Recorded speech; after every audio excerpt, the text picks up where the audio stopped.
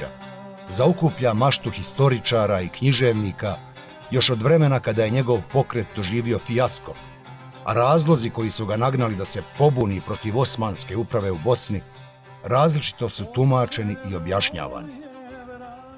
Oni su se saglasili, ali kao prvo da ne daju i nisu zato da se preko Drinske nahije ustupe Srbiji. Jer je to komadanje Bosne. Njima je Bosna jedina domovina i oni će se tome suprotstaviti. Austrijski historičar Martin Schorr u Beču je 1927. doktorirao na temu pokreta Husein kapetana Gradaščevića. Mučilo ga je pitanje kako to da su bosanski kapetani, koji su bili stariji od njega i među kojima je teško bilo izboriti autoritet, pristali da im mladi Gradaščević bude vođa.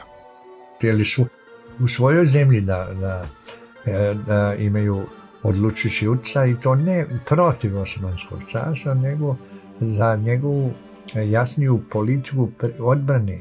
U Hati Humayunu, dokumentu sačuvanom u Osmanskom arhivu u Istanbulu, izvjesni Muhamed Ruždi 29. maja 1832.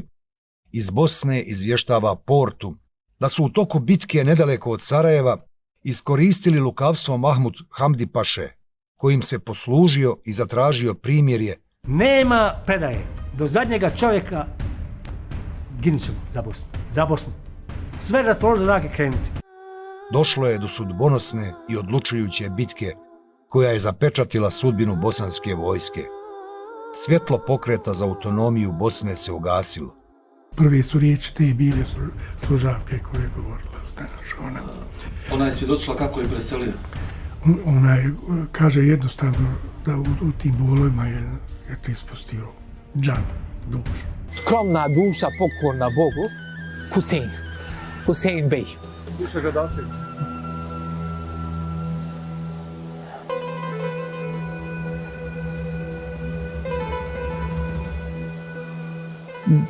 Besće. Kako piše? Gradaščević. Besće.